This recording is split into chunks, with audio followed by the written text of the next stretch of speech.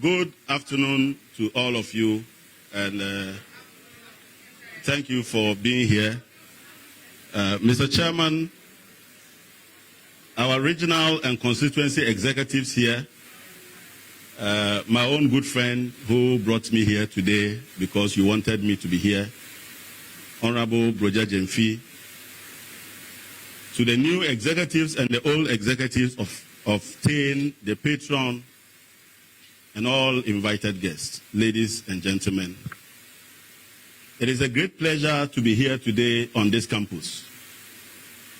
One, because anytime you have an opportunity to interact with the youth of our party, it is a unique opportunity to define the future of our political party, the great NDC. And TAIN represents the future of our party and the strength and which we seek in our political party. Today, the conversation is around the economy. Unlike those who spoke on the economy 2 days ago without a team and without a topic, I intend to engage in an intellectual conversation around the economy to answer the critical questions whether COVID is to blame for the mess in our economy, or COVID only took advantage of pre-existing conditions of our economy. But also to underline whether the Russia-Ukraine war that is just less than 1 month has the power to decimate a resilient economy in 1 month. I'm aware that a few years ago, we had an elitist scholar and visiting professor and lecturer who spoke on various themes that we could focus to determine whether he dealt with the subject matter for which he engaged the public. And I'm referring to my own big brother, His Excellency, the Vice President, Dr. Mahamudu Bawumia. At some point, he wanted to find out whether the economy was built on straw or a solid foundation. He said he wanted to find out the problems of the city and to indicate how we could restore the value of the city. Unfortunately, this time, he said he was speaking on the economy. What is the economy? What do we take away if somebody says, I am speaking on the economy? How do we determine whether the conversation is aligned to a clear intellectual conversation? There must be a team that we can hold you to. You can't decide that you are talking about the economy, so you can pick on toilet, pick on KVIP, pick on anything that suits you. You must be focused in your conversation so we can hold you to a clear intellectual conversation. I am not surprised that today there is an effort to deny me my voice, the critical voice on the economy that puts the government on its toes anytime it needs to wake up from its slumber. But you need to understand that to win an election is a battle. And you cannot crumble at the least excuse when there is a resistance. We must continue to fight the oppressor. Our political tradition is very focused on building a stable, democratic Ghana, and not a militant, dictatorial Ghana.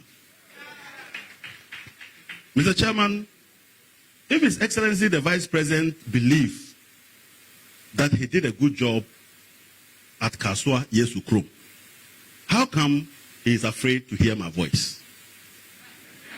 How come? Mr. Chairman, the issue about the economy and where we are today is a major tragedy of significant proportions.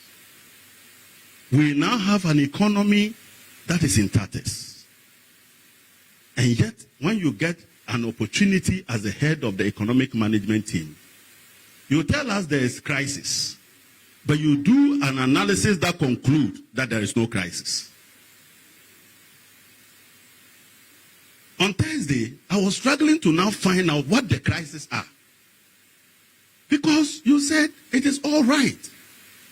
The fundamentals are strong. And that we have done it before. So we should hope that you can do it. Mr. Chairman, President Kufuor is no longer the President of the Republic.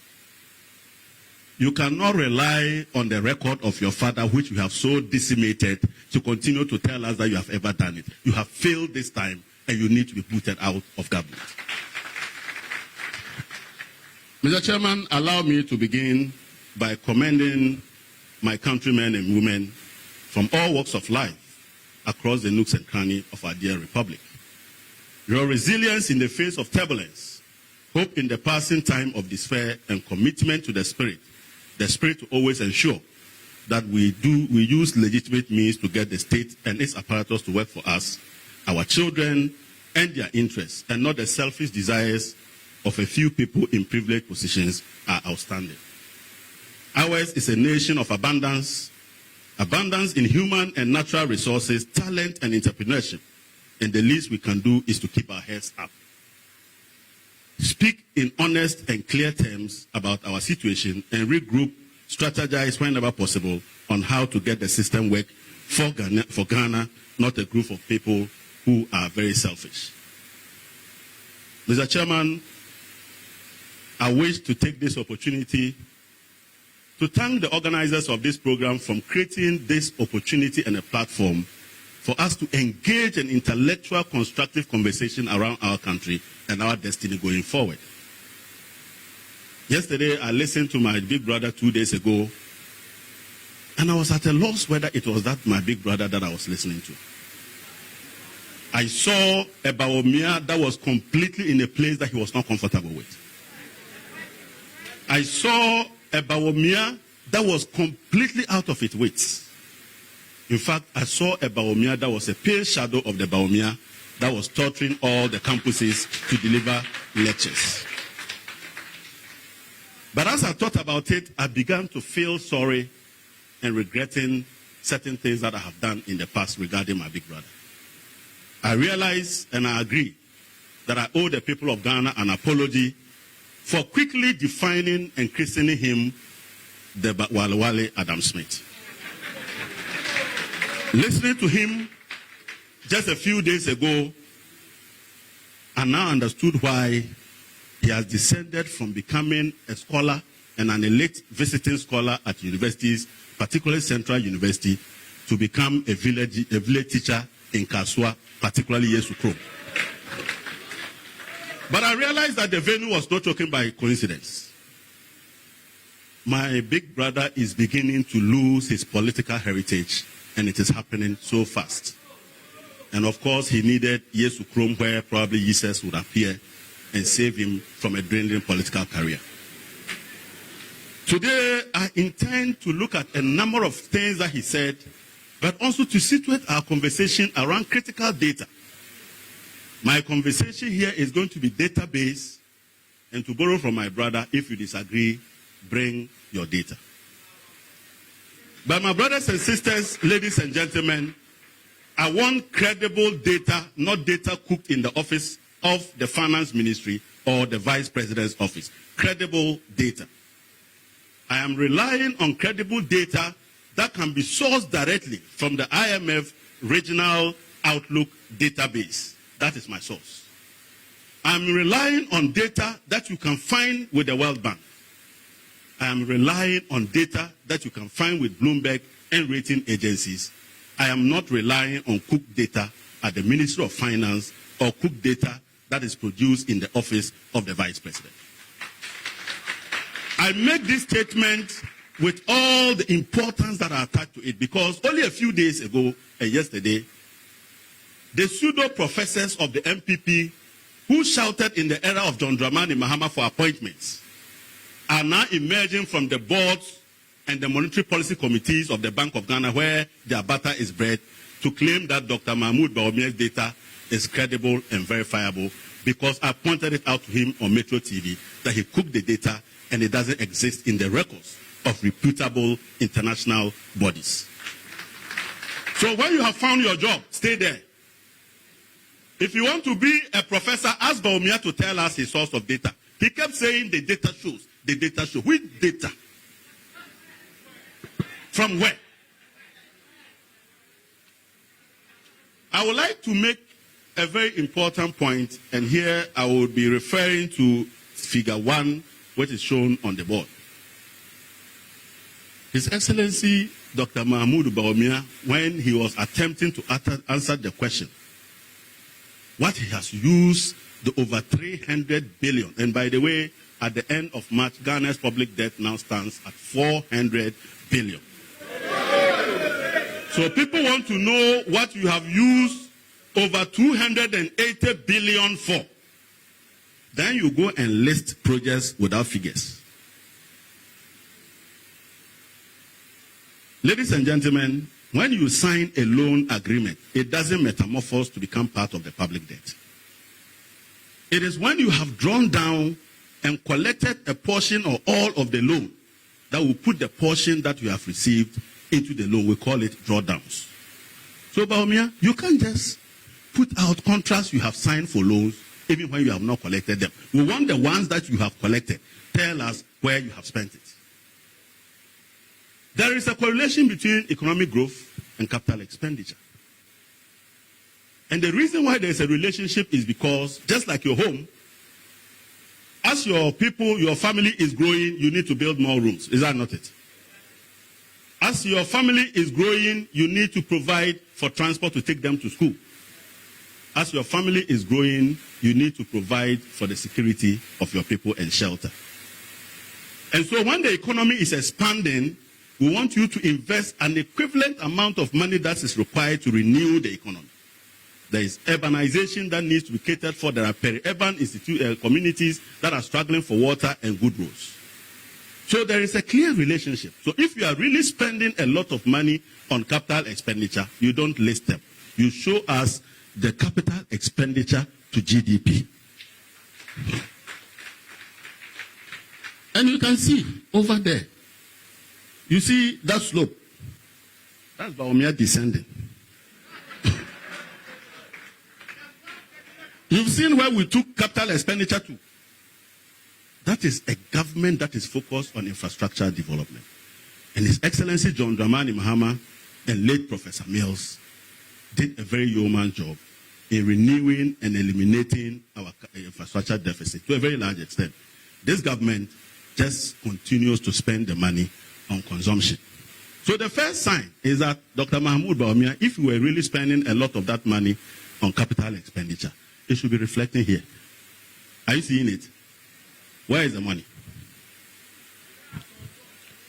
Mr. Chairman, you can see it from the second table again that clearly there is a problem with our capital expenditure. And he made 3 fallacies on capital expenditure, and I want to expose him today. He made a point. He made a point that because they spent a lot of the money on capital expenditure, that is why he has that list that he showed to us. In fact, he said the MPP government is the government that has invested most, including the fact that they have built more factories than all presidents put together, including our own veritable President Nkrumah. President Nkrumah didn't go around painting existing factories that are older than Bawumia. How can you say that it is one district, one factory? And out of 16 districts, you go to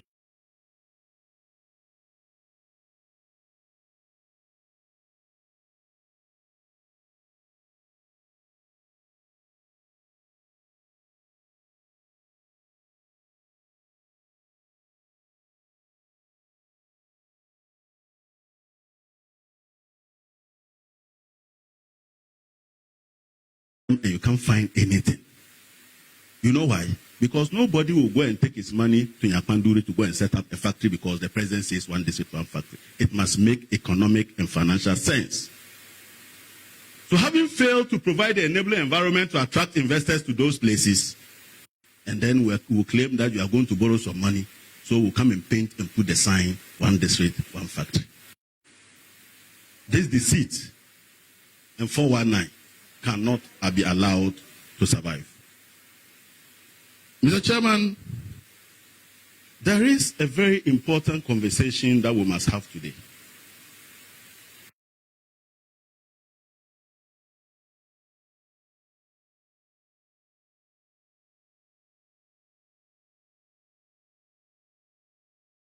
That conversation we must have is to agree or disagree as to really whether the economy is in crisis. And if indeed it is, what are the solutions?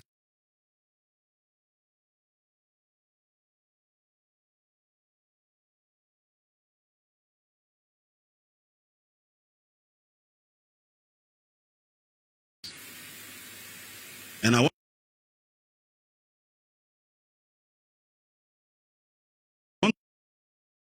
to remind Dr. Mahmoud Bawumia that there are different ways in an economy in stable hands. They are not the same. When an economy is in crisis, we are interested in tomorrow. When an economy is stable, we want to find out how far we have come. So when you do an analysis of your economy, and you engage in an analysis that is based on averages, what you do is to compensate your failures with the past performance. For the MPP, that will bring into fusion is experimental, naive economics. The economy was already doing well, even with the remnant. In 2017, even with the taxes, Ghana's economy grew by 8.1%. It is the highest since they have ever been in government. His Excellency Dr. Mahmoud Bawumia might have learned at level 100.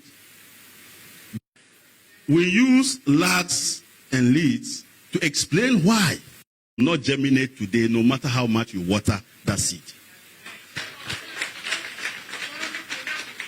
And so it is quite clear that by 2017, the hard work and the seed that was sown by His Excellency John Dramani Mahama between 2015 and 2016 was the one doing the magic. And when they began to implement their propaganda policies, one district, one factory, one this, one that, moving from taxation to production, the economy responded. The response of the economy was that the economy began to slow down in growth from 8.1%, with part of those taxes they are removing still existing at a greater part of the country, to 6.2. No, you said when you remove the taxes, it is because of the taxes the economy is not growing. And if you remove the taxes, you will unleash the shackle and the economy will grow in leaps and bounds. We want to see it and we realize that even when the taxes were there, the economy grew better. What type of analysis is that? Then you finally ended up at 0.41 and you blame COVID. Even Russia-Ukraine war that just happened, even that one too was not spared. Ladies and gentlemen, as a matter of fact, I had warned the MPP government in 2017 that one could be forgiven for delivering series of propaganda lectures and allow those lectures to metamorphose into your manifesto promise. But if you allow those propaganda lectures, no matter how cunningly eloquent and confident they were delivered to become government policies, implementation will expose you. Today, the chicken are home to roast. Those naive experimental economics have experimented our lives into the doldrums. The MPP, Dr. Mahmoud Bawumia and others are now competing to get to the very last bottom of destruction. And we have a responsibility and a duty to our country not to allow that to happen. Ladies and gentlemen, the famous policy of moving the economy from taxation to production died a stillbirth. One village, one down. You saw yesterday he didn't mention one village, one down throughout. He's not proud of it, right? Let me tell you what he did yesterday. Unfortunately, he was fasting too. You know, when His Excellency the President came to deliver his State of the Nation, when he came to agriculture, he said he had made tremendous investment in agriculture through his Ghana Commercial Agriculture Project, which had led to the renovation of the Tono Dam, the Pong Irrigation Dam, the Pong Left-Back Irrigation Dam, and constructed several warehouses. So on the floor, I got up and said, Your Excellency, the Ghana Commercial Agriculture was given birth to by the NDC through Professor Mills and John Dramani Mahama. And that the World Bank Executive Board approved $100 million for the start of the project, with a grant component of $16.95 million from the United States Agency for International Development. This was approved in March 2012. You were still going around telling Ghanaians and say, "Monsomire," and we were working. By August 2012, Parliament had approved that loan. And 2013, the loan became effective and the project started. By 2015, we restructured the project to include the Tono, Via, and 5 other dams. Are you listening to me? Part of the problem with agriculture, we all know, is the market. After the farmers have produced, they don't get anybody to buy. So part of the program, that's why we call it the Ghana Commercial Agriculture, was to create an enabling environment for businessmen to invest in farmers through an outgrower scheme and become aggregators to buy the bulk of the farm produce when they are produced. In order to support them, we needed to build warehouses in all those areas. Those are the warehouses you are claiming are your warehouses. So how can you look us in the face? You don't mention one village, one dam. So that we'll go and show you how your one village, one dam doesn't have water in February. Then you sneak in John Mahama's project. So yesterday, Thursday, when Baumia got there, he said the same thing. This time he didn't mention Ghana Commercial Agriculture, but I caught him. Because it's our project. I know that project like a baby. So anything I hear small, I know, hey, this one is our own. I beg. So, one district, one factory. I've already spoken about how it became a fluke.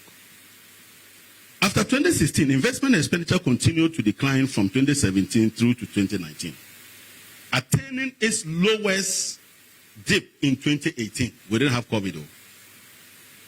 The figure above is self-explanatory, and I'm sure my audience are left wondering what policies the government was putting in place to transform and grow the economy, apart from being fixated with sloganeering and getting busy with unsustainable policy announcements.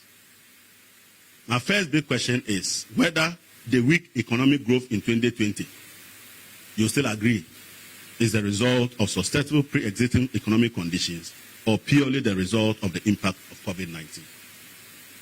I have not gone anywhere yet, but you can see that the economy was going. I am sure Ghanaians can answer for themselves again and can be inferred from figure 1 that the investment expenditure is projected to decline after 2020.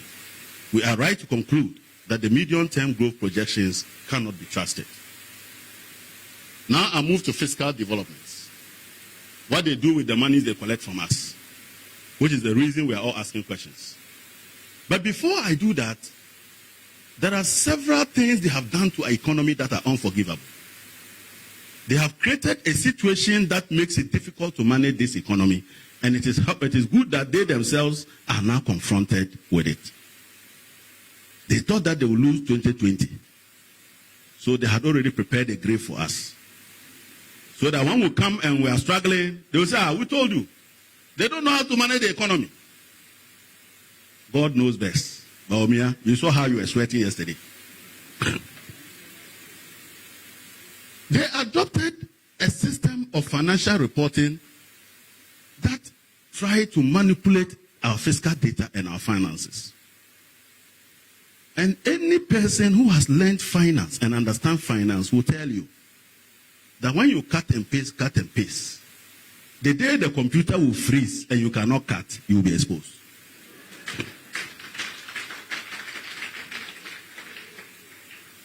They began to treat contingent liabilities such as payments due energy sector independent power producers since 2018 and to continue to payments due to IPPs as part of amortization to artificially suppress the fiscal deficit.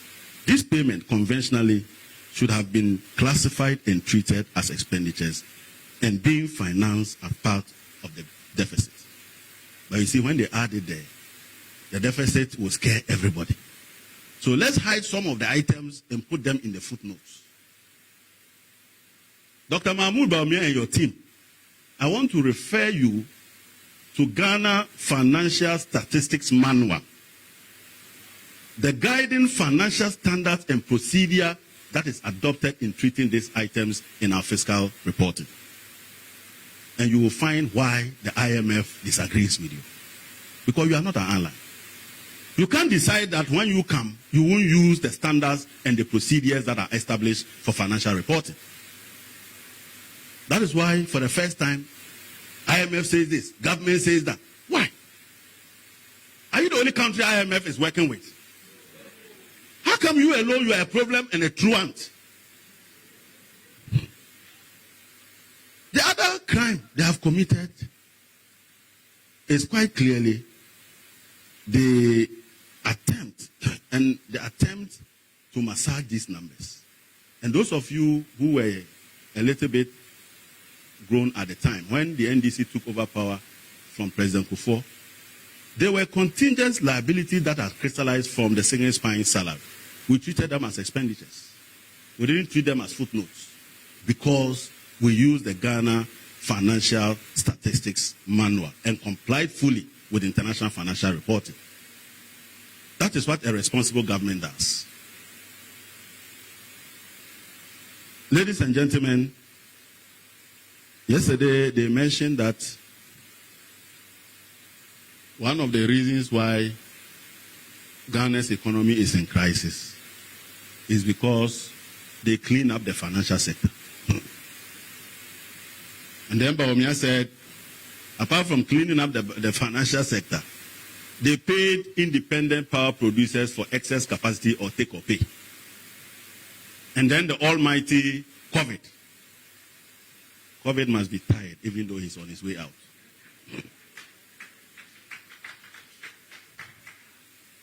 But I was surprised when I looked at the summary economic and financial data of the Bank of Ghana. Bank of Ghana is reporting the cost of the financial sector cleanup at 16.7 billion. But yesterday you had 24 billion. Sikani Biayara.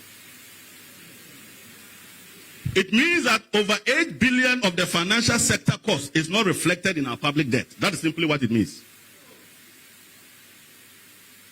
Do you understand? Even the debt you are borrowing, we are worried. Even when you borrow, you don't want us to know. When we ask you what you spent it for, you go and list projects. The same way you listed and landed in Palugu, where you said that you were building houses, we went there and it was their land.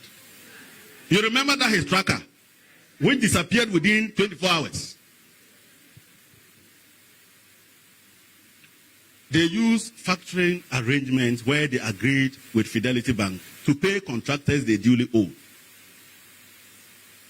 And the contractors will go and sign contracts to say that, give me the money as a loan, and when I'm paid, you calculate the interest and give me my balance. After they give the money, a few days later, government goes to pay Fidelity Bank, and the contractors are not called back to collect the difference. They have institutionalized the 10% corruption through a backdoor. Another big crime in our financial and fiscal space. The debt fund has been scrutinized to collect loans. So anytime government approves or parliament approves proceeds to be given to debt fund now collects the money and goes to pay the loans. And there is a table, if you can go back, you will see debt fund table there. And you will notice that in 2020, GetFund spent 56% of its proceeds to pay debts.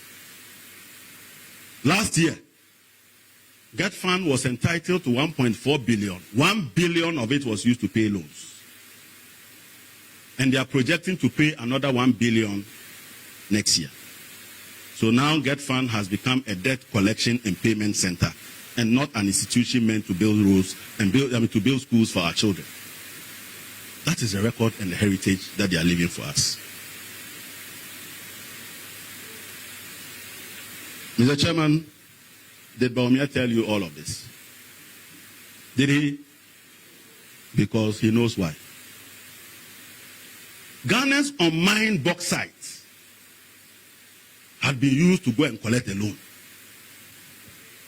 And I'm quite sure Akufo-Addo has not gone to Inayini to see part of that bauxite, but he has already collected money on account of somebody whispering to him that there is likely to be bauxite in Inayini. 2 billion. In the 21st century, they were talking about butter. Are you selling palm kernel for palm oil? When was the last time you heard the word butter? Has any teacher taught you butter again? But it is happening in our government in the 21st century, where you have a deferred payment agreement that says that when I construct the road for you, you will begin to owe me the value of the road. You pay me with interest, you pay me with management fees, in fact, you pay me with a Sinoshow insurance. And that every time put money in an escrow account that can cover 2 next payments. Have you ever seen an escrow account with bauxite in it? Huh? Have you ever seen a bank account with bauxite in it? But they made us to believe that bauxite will go into that account. And this is where we are. And so the commitment to improving our revenue and expenditure performance has not been given the attention they deserve. In order to anchor the finances of a country on a sound footing, 2 key things have to happen. A government must aggressively pursue progressive tax policies that take proportionately more from the rich while ensuring that a reasonable proportion of national income is available to government to pursue programs that improve the livelihood, better service delivery, and an enabling environment for the domestic private sector in order to ensure that the private sector takes the commanding heights of value and wealth creation for the prosperity of all of us. It says, take proportionately more from who? The rich. And ensure that your tax system is so efficient that if the national income is 500 billion, you must be able to collect a lot of that to fund development. They didn't say, take proportionally more from the poor. But did you learn this policy somewhere? Did you learn that you take more from the rich and not more from the poor? And you went around fighting everybody who said, don't take e-levy from the poor. And in fact, one of the excuses you gave for the crisis we are in is that there was a chaotic parliamentary approval of an attempt to impose a tax on the poor. Ladies and gentlemen, with the foregoing in mind, I will now pay my attention to government fiscal management from 2013 to 2016, 2017 to 2020, and the projected medium-term outlook. I told you, when your economy is in crisis, and you analyze and you find the problem. In this case, he analyzed, he didn't find a problem because he said the economy is solid. But if you analyze and you find the problem, and you prefer solutions, you must let us see how that solution is impacting the medium to long term. So we are convinced that we are safe. So we are convinced that we are what? We are safe. Did you hear Baumia talk about medium-term projection? Did you hear him talk about medium to long term? So, at the end of that lecture and exercise, what is the use of me if I don't know what the future holds? And I want you to look at the table that follows next.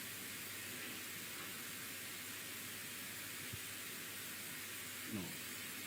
It's a proper table graph. It's not this one. Figure 2 of the second slide. I think I'm missing out. Yeah, I think it's this one. Again, this